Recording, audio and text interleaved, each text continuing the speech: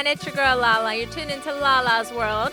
And I'm sitting here with the most wanted man, the Tejano superstar Herrera. How are you? How you doing, Lala? I'm doing great. So happy to be here with you. I'm a huge fan, so I'm very excited about this interview. You're here in Houston, about to do a show. You come to Houston quite a bit, right?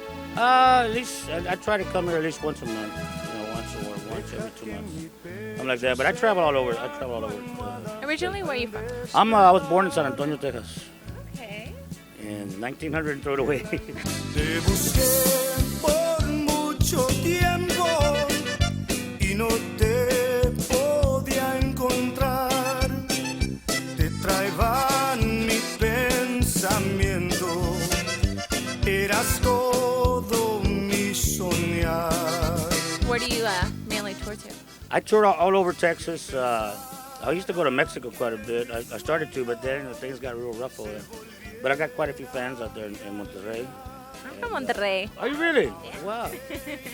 We got a lot of beautiful people from over there. Yeah. And but mainly I tour here in Texas and Tucson, some parts of California, Florida, and up north, to Chicago, Wisconsin, Michigan, all that. Vida mía, que te canto mi canción, porque tú eres mi alegría. What do you think about music? Tejano music today versus, back in the days? How has Tejano music changed, you think? Oh, I think it's gone through a little slump, There's not enough new artists coming out, I believe, that are really coming out with anything, original or genuine. And I think, a lot of the generation that we had before, when it was real popular, the kids that they had moved on to like hip hop and rap and all that, which is, hey, that's why we live in America. You choose whatever you want to do, right?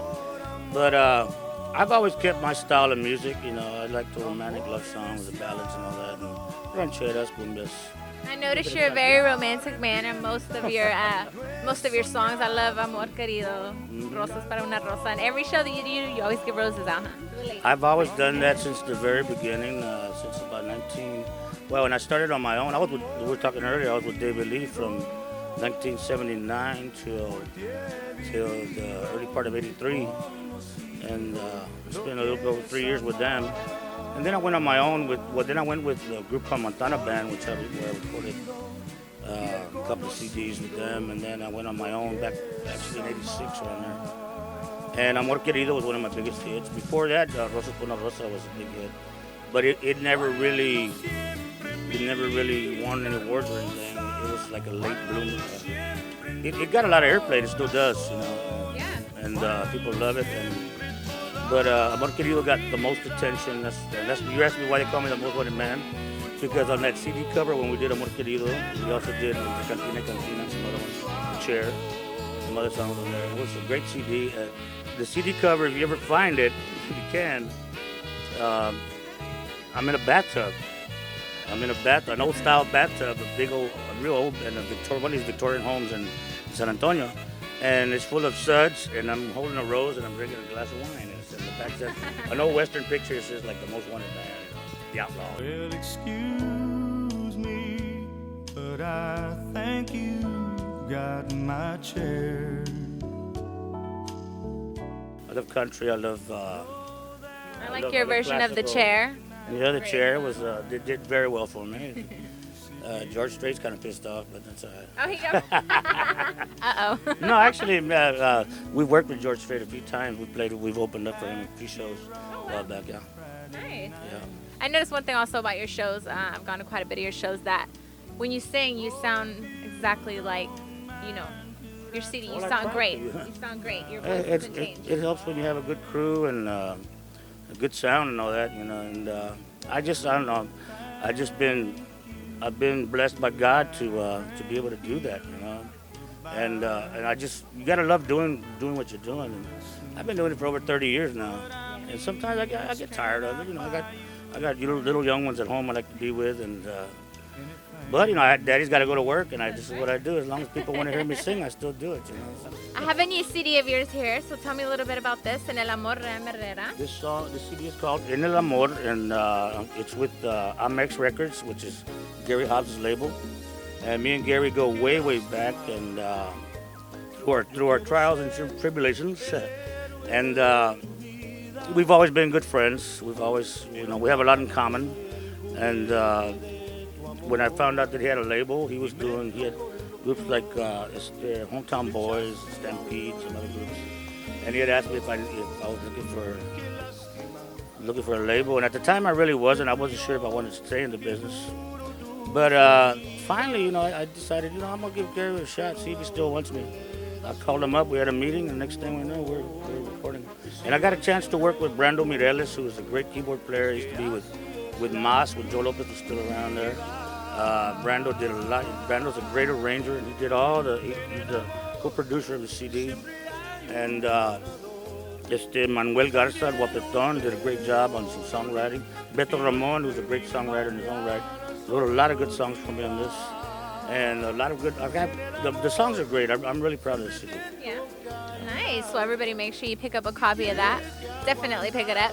So tell me a little bit about when you get prepared to write music, what inspires you to write music? Are you most of a romantic? I don't really write anything. I work with songwriters. Very close with a lot of songwriters. And I give them ideas, basically. And they tell me, what are you looking for? What kind of songs are you looking for? I'm mainly a romantic type of guy, and I want these kind of songs. Sometimes I'll give them an idea and they'll write songs about it, And most songwriters, my thing, I've never been able to write a song. I don't know what it is. I just, nada. But I know a good song when I hear it. Yeah. And if I like it, I don't care what anybody else thinks. I like it, I'll do it. You have a lot of great songs. I mean, a lot of artists, a lot of people come out with CDs that, maybe 2 or 3 are good, but you have quite a few songs that have always been good, and like I say, you've been around. This one I think has more than one, or at least 3 good, very good songs. I've been getting a lot of good remarks over on Facebook from my fans and everything, and they really like it. They genuinely like it. And it's a shame that the market is kind of slow right now. So it's going to take a little while before it catches on. What do you think about, for artists that maybe are watching that want to get into the whole Tejano scene, maybe aren't inspired enough? What do you recommend or can tell them? Just to rehearse. Perfect your craft, know it like the back of your hand, and be genuine on stage, and just be yourself and let it shine through to the crowd, And don't try to be something you're not, Because people can capture that. They'll see that. And show them you're having fun, and show them that you appreciate that they're there. And you should be pretty good. If you weren't a Tejano singer, what would you want to be? I was a carpenter before. A carpenter? Yeah. I was a carpenter, but I got bored. You got bored, so you started singing. Are you a good Tejano dancer? I was going to be a doctor, but I had no patience. Scared of needles. No, actually, I was a carpenter by trade. I build things. I build cabinets, and I used to do molding and things. And and on the weekends I played with bands. Yeah. So are you a good Tejano dancer too? Or do you dance Tejano at all? I used to dance a lot until I got married, and then they got mad at me, so I don't dance. No more dancing for you, just singing. No, I start wheezing now. I get too tired. But I like to see people dancing to my music, and I've noticed that we travel all over the state, and in different parts of the state, people dance differently. People in the Valley have a different style. People in Houston have a different style. People in Dallas have a different style. So when you're singing, you're watching, and I'm watching everything. Yeah. And when my drummer's going through class, I tell her, hey, look, follow them. That's the beat you need. Nice. So you're looking at the crowd, paying attention, making sure that they're happy the full show. Yeah, you got to make them happy. That's amazing. You can't make everybody happy, but you make the majority of them happy, you're doing it. Nice. Okay. Well, where can people check you out online? They can look at, it says everything right here on the CD. I don't have my glasses on. But www.ramherrera.com. Yeah, you can just Google him, Ram Herrera. Ram Herrera, you can't miss it. You can also find it on iTunes, and it's called En el Amor, and I think you'll like it. Make sure y'all check out his new CD, En el Amor, Ram Herrera, The Most Wanted Man. Why did they come up with The Most Wanted Man? Well, because of that CD that I did a while back. So it's stuck. The Most Wanted Man in Tejano music. So make sure y'all check it out. That was the name of one of my back then they were albums. That's how far back we go. So I bet other artists are jealous. They're like, why is he the Most Wanted Man? Because I had an album called The Most Wanted Man, and that had Amor Querido and Entre Cantina. A lot of great songs. Nice. But pick up this one, okay? Make sure y'all pick up his CD. We're getting ready to go check out your show. I'm All super right. excited. Here in Houston, Texas, showing love. We love having you here. We still have a bunch Thank of you, man. Tejano fans here. So make sure you check him out. Herrera. There you go. My R is rolling. Herrera here on Lala's World.